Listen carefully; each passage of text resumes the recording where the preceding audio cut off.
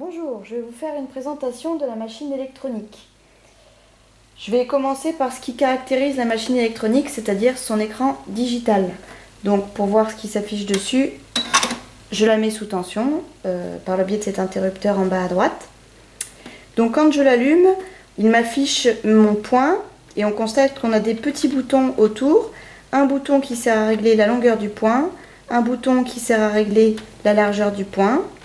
Ici, on a un petit bouton qui indique à la machine qu'on va coudre avec une aiguille double. Et ce bouton-là indique à la machine qu'on souhaite qu'elle fasse un point arrière automatique à la fin de chaque couture. À ce niveau-là, on a une molette qui sert à sélectionner le point. Donc tous les points sont répertoriés ici avec un numéro. Et donc le numéro qui s'affiche sur l'écran digital correspond au numéro du point qu'on a sélectionné avec la molette. Juste au-dessus, on se trouve avec donc le dispositif pour remplir sa canette, ainsi qu'un porte-bobine, et tout à droite, le volant qui actionne l'aiguille pour savoir où est-ce qu'elle va aller se placer sur le tissu. Donc on le tourne vers soi pour faire descendre l'aiguille, on le remonte, voilà, en évitant de planter l'aiguille dans le tissu, sinon on fait déjà un premier point. Donc, une fois qu'on a enfilé notre bobine sur le porte-bobine, le fil va suivre tout un cheminement, voilà, qui passe par le bras articulé et qui descend jusqu'à l'aiguille.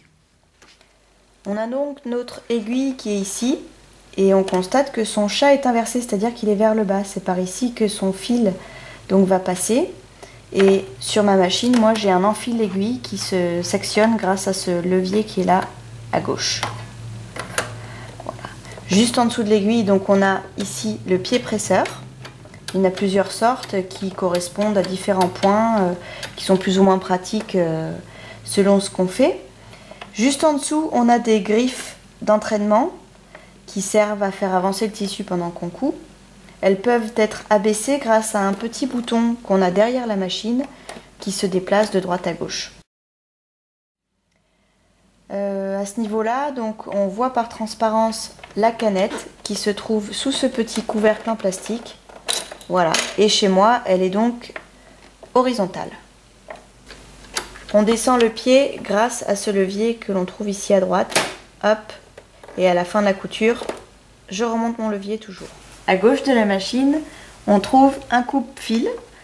On prend son fil donc à la fin de la couture, on le passe dans la fente et on tire un coup sec et c'est coupé.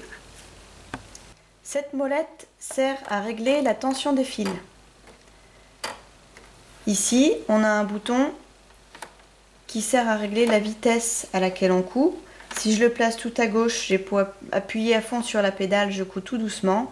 Et plus je le déplace vers la droite, plus je couds vite lorsque la pression du pied est importante.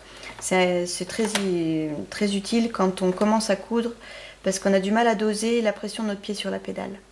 Donc on n'hésite pas, on met tout à gauche. C'est bien pratique. Ce bouton-là sert à remonter l'aiguille en fin de couture par exemple parce que l'aiguille reste plantée dans le tissu. Donc on appuie dessus, l'aiguille remonte. Ce bouton-là sert à coudre en arrière, en marche arrière. Donc c'est utile pour faire par exemple les points d'arrêt en début ou en fin de couture. Et ce bouton-là, c'est si on a un problème et qu'on ne peut pas coudre avec le pied parce qu'on est handicapé, parce qu'on s'est fait mal au pied ou quoi que ce soit, qu'on ne peut pas coudre avec la pédale. On appuie sur ce bouton et on coud au point avant sans avoir recours à la pédale.